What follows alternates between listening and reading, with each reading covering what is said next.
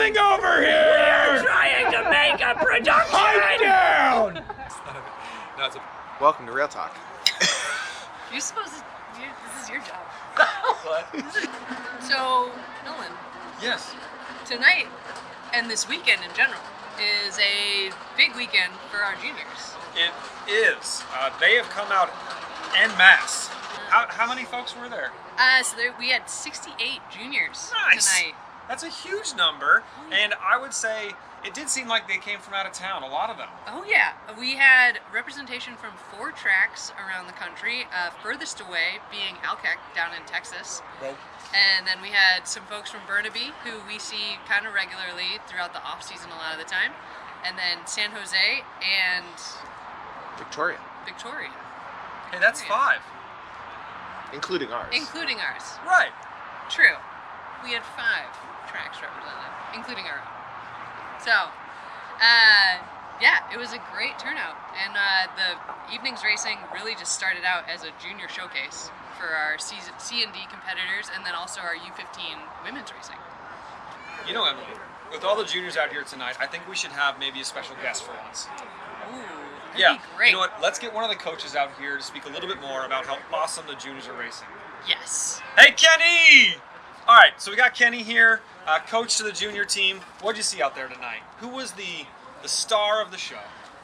Well, I think Sarah Lynch performed very well tonight. She has been racing and training very hard all season, and after we figured out she had been training on the smaller gear all season, we put her on a race gear, and she went a little bit faster tonight. Not shocking, but that's fantastic. Congratulations, Sarah. You're a winner. Good job, Sarah. Emily, also racing tonight were the traditional fields we have on an FNR, Classic Friday Night Racing. We had the 1-2 men and the open women's field. Let's start with the men. Did you see the racing? Did you watch it? Who were the top 3 folks just crushing the rest of the field? No, the racing was really fast.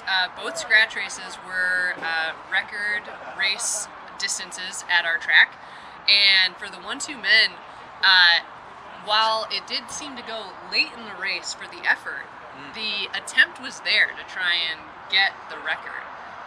Really led by our super fast finisher, Keep Merrick talking about Gallagher. him. Yeah. You know, he really kind of took it on himself at the end of the race, which again, a little bit too late, did not get the record, but I mean, he put on a show those last few laps, just riding away from the field. So That was a significant effort. I'm not sure that the record was. We didn't really talk about it prior to the race. I don't think it was really on anyone's mind in particular, but I do believe we came within about 27, 28 seconds of the record, which is roughly a lap or so at that pace. So closer than one would think, especially for not the largest field and without the sort of the influx that the Grand Prix has brought in years previous, where the record has been set. And so I wouldn't be shocked if in the GP in a few weeks we took that down. That was, but yeah, brutally fast, throttled all the way open from the beginning. Yeah, fantastic race. We got Merrick closing it out with a late attack and taking home the dub. and then followed by Andy and then Ben Flaum, who Woo! Ben Flaum has just been coming on hot throughout this kind of middle part of the season, and so it's been great to kind of see his fast finishes. Yeah, you know, I think he's really been working on that. He doesn't have quite the snap of some other folks, but when he really opens up the throttle, he can maintain. It's like a diesel plus. Vroom vroom. After the scratch race, we did have a points race. We got it a little bit shortened tonight. It was a big field, long night. Dialed it back a couple laps to get it over with a little bit more quick, and I think that caused the racing to sort of level up. A lot of attacks. I don't think it was any slower than the scratch race, but we saw some similar folks towards the front. Yeah. Who took home the 1, 2, 3 there? I mean, so Merrick, obviously, he was just kind of on the hunt this week. It seemed like, you know, he's definitely tuning it up for Junior Nats, and I think, again, racing with the 1-2s in a field that he's relatively comfortable with, and then the fact that Galen Erickson wasn't in this race allowed him to kind of play to just his strengths. And then we had Scott Grinsell, though, who was just picking up just nice, consistent points all night long. And so he picked up second. And then we had Maddie Hers, one of our fast finishers, again, just picking up consistent points throughout that night. You know what, Emily? Tired of talking about the men. Let's talk about the women's field. Open women's field. We had, I think, maybe the most impressive field so far this year. I mean, we had a very, very fast field. We also had one of our largest fields of the year so far. How many were there? It looked like 25 from my eyes. There was 30? 22. 22. Big field.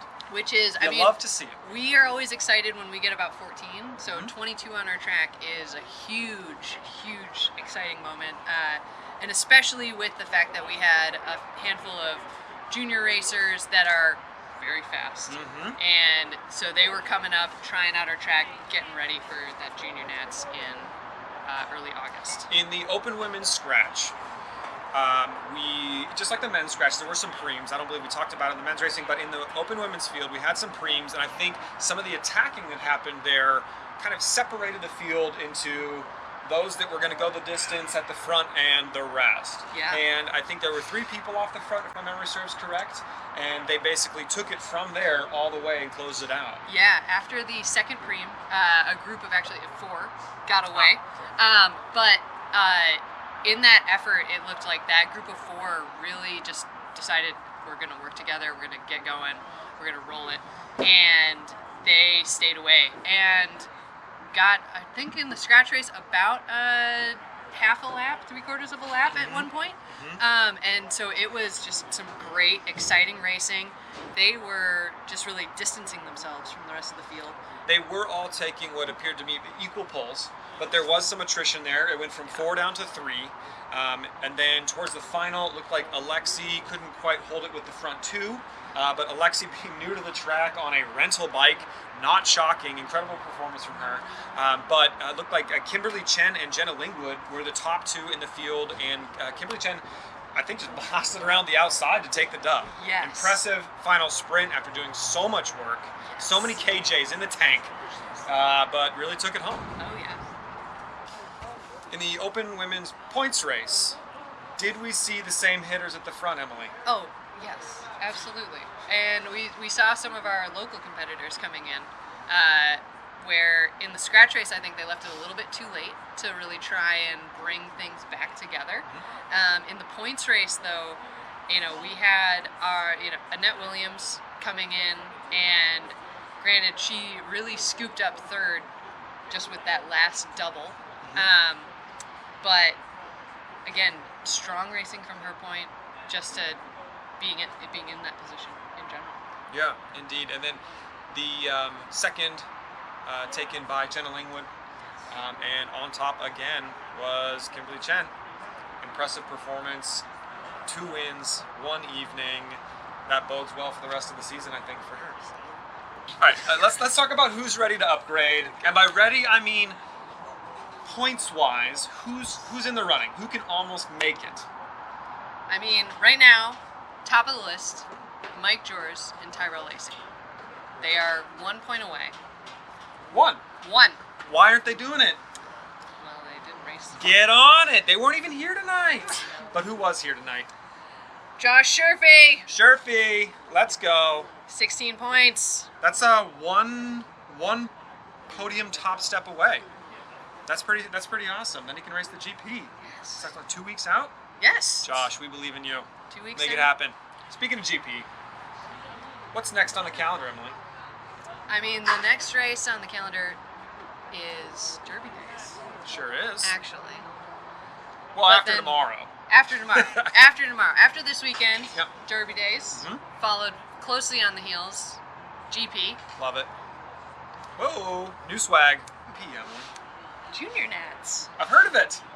Junior Just Nats. around the corner. I think that's what drove a lot of the participation tonight. Was a lot of the juniors coming from all the different areas, trying to get a good look at what this 400 meters of terror has to offer them. Oh yeah. Well, and for those that weren't able to make it, we are trying to create some nice introductory videos so that you're not surprised by what you see when you get here.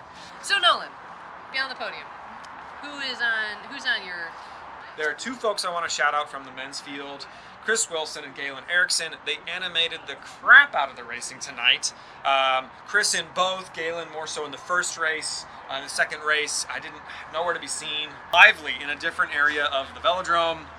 But Chris, constant attacking. Waited for a lull in the pace and then just absolutely sent it. Gave it a rip. He said he wanted to go alone. Forge his own path. A couple people would bridge and then it would sort of get all messy and whatnot. It all kind of came to naught in a way, but it definitely animated the racing, which is really good for everyone involved. Really great for the fans. It kind of was exciting to be in the field with that all happening. Yeah, really stoked for the both of them to play such a big dynamic role tonight. Thanks for joining us tonight.